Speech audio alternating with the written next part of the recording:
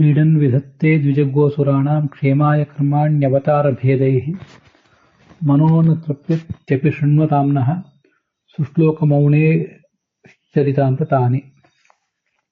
ಭಾಗವತದ 3ನೇ ಸ್ಕಂದದ 5ನೇ ಅಧ್ಯಾಯದ 7ನೇ ಶ್ಲೋಕ ನಾವು ನೋಡಬೇಕಾದದ್ದು.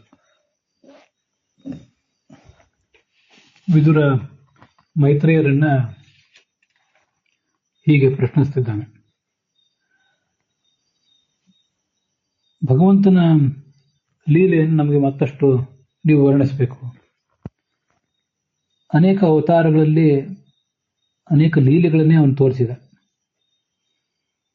ಜ್ಞಾನಿಗಳ, ಬ್ರಾಹ್ಮಣರು ಅಂದರೆ ಜ್ಞಾನಿಗಳ, ಹಾಗೆ ಗೋವುಗಳು ಅಂದರೆ ವೇದಗಳ, ದೇವತೆಗಳ ರಕ್ಷಣೆಗಾಗಿ ಅನೇಕ ದಿವ್ಯ ಕರ್ಮಗಳನ್ನು ಮಾಡಿದ.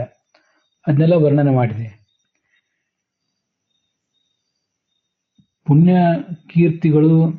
ಪುಣ್ಯಕೀರ್ತಿಯಿಂದ ರಾರಾಜಿಸುವವರು ಅನೇಕ ಜನ ಇದ್ದಾರೆ ಈ ಜಗತ್ತಿನಲ್ಲಿ. ಅವರಲ್ಲಿ ಹೆದ್ದೈವ ಈ ಭಗವಂತ. ಅವನ ಕಥಾಮೃತವನ್ನು ಎಷ್ಟು ಪಾನ ಮಾಡಿದರೂ ನಮ್ಮ ಮನಸ್ಸಿಗೆ ಸಮಾಧಾನವೇನೂ ಇಲ್ಲ. ಲೋಕಪಾಲಕರಿಗೂ ಲೋಕಪಾಲಕ ಇವನು. ಈ ಎಲ್ಲ ಲೋಕಗಳನ್ನ, ಲೋಕಪಾಲಕರನ್ನ ಹೇಗೆ ಸೃಷ್ಟಿಸಿದ್ದಾನೆ, ಯಾವ್ಯಾವ ಲೋಕದಲ್ಲಿ ದೇವತೆಗಳನ್ನ, ಮಾನವರನ್ನ ಇಟ್ಟು ಅವರಿಗೆ ಅವರವರದೇ ಆದ ಕಾರ್ಯಗಳನ್ನ ಆತ ಸೂಚಿಸಿದ್ದಾನೆ. ಚತುರ್ಮುಖ ಬ್ರಹ್ಮನನ್ನು ಸೃಷ್ಟಿಸಿದ. ಅವನ ಮೂಲಕ ಎಲ್ಲ ಕಾರ್ಯಗಳನ್ನು ಅವನೊಳಗೆ ನಿಂತು ತಾನು ಮಾಡಿಸಿದ.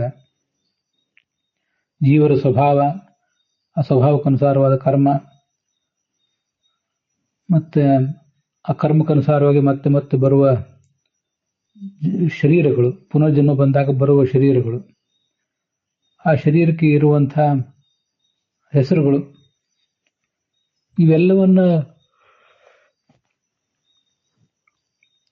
ಆಧಾರವಾಗಿಟ್ಟುಕೊಂಡು ಜೀವರಿಗೆ ಪರಸ್ಪರ ವೈರುಧ್ಯ ಇರುವಂತೆ ಮಾಡಿದ್ದಾನೆ, ಪರಸ್ಪರ ವಿಭೇದ ಇರುವಂತೆ ಮಾಡಿದ್ದಾನೆ.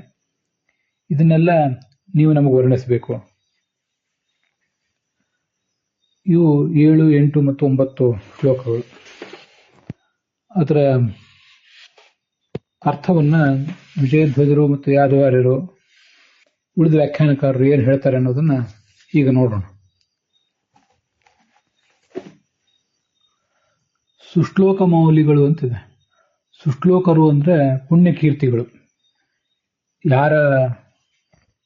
ಯಾವ ಮಹನೀಯರ ಶ್ಲೋಕ ಅಂದ್ರೆ ಕೀರ್ತಿ, ಅದು ಶ್ರೇಷ್ಠವಾಗಿದೆಯೋ, ಪುಣ್ಯದಾಯಕವಾಗಿದೆಯೋ, ಆ ಕೀರ್ತಿಯನ್ನು ನಾವು ಕೇಳಿದ್ರೆ ನಮ್ಮ ದೋಷಗಳನ್ನು ಪರಿಹರಿಸ್ತದೋ ಅಂಥವರಲ್ಲಿ ಈತ ಮೌಲಿಮಣಿ. ಅಂಥ ಭಗವಂತನ ಕೀರ್ತಿಯನ್ನು ಹೇಳಿ ಅಂತ ಅದರ ತಾತ್ಪರ್ಯ. ಲೋಕಾನ್ ಅಲೋಕಾನ್ ಅಂತ 8ನೇ ಶ್ಲೋಕದಲ್ಲಿ ಶಬ್ದಗಳಿವೆ.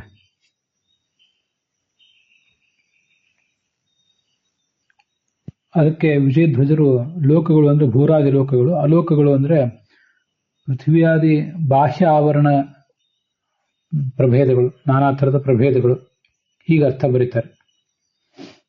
ಪೃಥ್ವಿ ಆವರಣ, ಜಲಾವರಣ, ಅಗ್ನ್ಯಾವರಣ, ಹೀಗೆಲ್ಲ.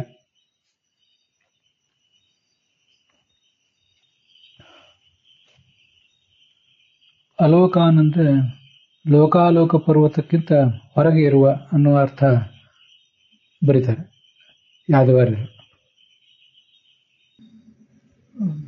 ಸಪ್ತ ಸಾಗರಗಳೇನಿವೆ ಅವುಗಳ ಸುತ್ತಲೂ ಇರುವಂಥ ಲೋಕಾಲೋಕ ಅನ್ನುವಂಥ ಒಂದು ಪರ್ವತ ಶ್ರೇಣಿ ಅಂತ ಹೀಗೆ ಅದರ ಬಗ್ಗೆ ಕೇಳಿ ಬರ್ತದೆ. ಭಾಗವತದ 5ನೇ ಸ್ಕಂದದಲ್ಲಿ ಇದರದೊಂದಿಷ್ಟು ವರ್ಣನ ಇದೆ.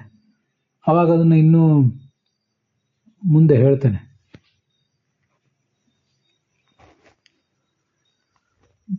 ಪೃಥ್ವಿಗೆ ಆವರಣವಾಗಿರುವಂಥ ಒಂದು ಪರ್ವತ ಅದು ಅಂತ ಇಷ್ಟು ಕಾಣಿಸ್ತದೆ.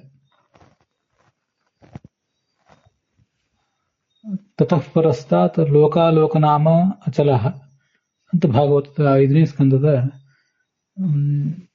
20ನೇ ಅಧ್ಯಾಯದಲ್ಲಿ ಇದರ ವರ್ಣನ ಇದೆ.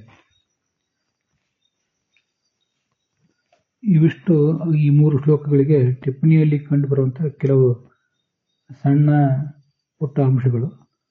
ಅದರೊಂದಿಗೆ ಇವತ್ತಿನ ಈ ಭಾಗ ಸಮಾಪ್ತ ಆಗಿದೆ.